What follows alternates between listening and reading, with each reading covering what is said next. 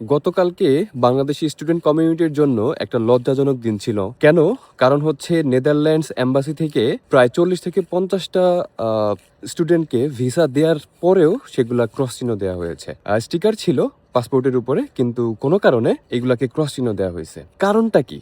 কারণ অনেকেই বলতেছে যে ইউনিভার্সিটি তার সিটের বহির্ভূত অনেক স্টুডেন্টকে অ্যাডমিশন দিছে। কেউ বলতেছে ব্লক মানি সংক্রান্ত প্রবলেম, আবার কেউ বলতেছে যে বাংলাদেশি স্টুডেন্টরা ফেক ডকুমেন্টস দিছে। তো প্রত্যেকটা কারণই আসলে যুক্তিযুক্ত এবং প্রত্যেকটা কারণই হতে পারে, সত্য হতে পারে, আবার ভুলও হতে পারে। তো আমি আসলে আজকে এই বিষয় নিয়ে কথা বলার কারণ হচ্ছে যে এই যে জিনিসটা, এটার কনসিকুয়েন্সেসটা কি বা এটার ইম্প্যাক্টটা কি নেক্সট 1 বছর বা নেক্সট সেশন বা নেক্সট 5 বছর, এটার ইম্প্যাক্টটা কি? এটার ইম্প্যাক্টটা ভয়াবহ। যদি নেদারল্যান্ড এম্বাসি যদি দেখে যে বাংলাদেশি স্টুডেন্টরা ফেক ডকুমেন্টস দিয়ে যাইতেছে বা তারা নেদারল্যান্ডে পৌঁছানোর পরে আসলে পড়াশোনা করতেছে না, তারা শুধুমাত্র জব বা অন্য কোনো দেশে চলে যাওয়ার জন্য তারা নেদারল্যান্ডকে একটা গেটওয়ে হিসেবে ইউজ করতেছে, এটা খুবই ডেঞ্জারাস। এইটা নেক্সট কয়েক বছর বাংলাদেশি স্টুডেন্টদেরকে খুব ভোগাবে, যারা রিয়েল স্টুডেন্ট তাদেরকে খুব ভোগাবে। আর এদিকে যদি ব্লক মানি সংক্রান্ত কোনো প্রবলেম থাকে, বলা হচ্ছে যে ব্লক মানির বিষয়টাকে কনফিউজিং ছিল।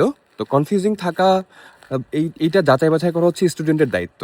আমার কাছে মনে হয় যে যারা বেশি এজেন্সির উপর ডিপেন্ড করে অ্যাপ্লাই করতেছেন বা করবেন, তাদেরকে এই বিষয়টা মাথায় নেওয়া উচিত যে আপনি ঠিক মতো অ্যাপ্লিকেশন প্রসেস, তাদের ক্রাইটেরিয়া, তাদের সব ধরনের যে রিকোয়ারমেন্ট, এগুলো ফিল আপ করতে পারতেছেন কিনা, বা কন্ডিশনস যেগুলো আছে সেইগুলো আপনি ফিল আপ করতে পারতেছেন কিনা।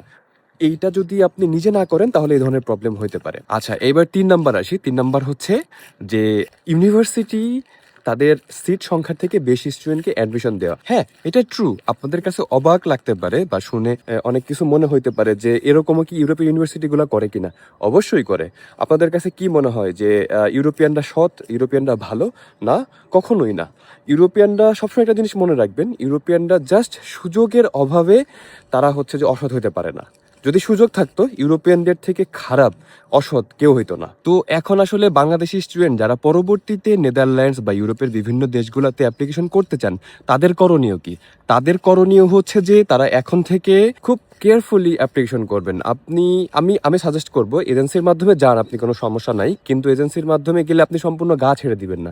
এজেন্সি আপনারে বনের ইউনিভার্সিটিতে দিল না বাদারের ইউনিভার্সিটিতে দিল, সেটা আপনার দেখতে হবে। তারা ঠিকমতো ডকুমেন্টস প্রসেসিং করতেছে কিনা সেটা আপনার দেখতে হবে। এবং আমি রিকমেন্ড করবো আপনি সবকিছু নিজে নিজে করেন। আরও একটা বিষয় হচ্ছে যে যারা পরবর্তীতে স্টুডেন্ট হিসেবে আসবেন, তারা ইউনিভার্সিটির ক্রাইটেরিয়া, রিকোয়ারমেন্টস, সবগুলা টার্মস অ্যান্ড কন্ডিশন সবকিছু সুন্দরভাবে দেখে শুনে বুঝে রিসার্চ করে তারপরে আসবেন। কোনো একটা দেশ চুজ করার আগে, কোনো একটা ইউনিভার্সিটি চুজ করার আগে সময় নেন, রিসার্চ করেন। একা না বুঝলে যারা আছে তাদের সাথে কথা বলেন, বা সময় নেন, গুগল করেন, ইউটিউব করেন, বিভিন্ন ধরনের কন্টেন্ট দেখেন, বা নিজে নিজে গুগল করে করে সবকিছু দেখে শুনে বুঝে তারপরে আসেন।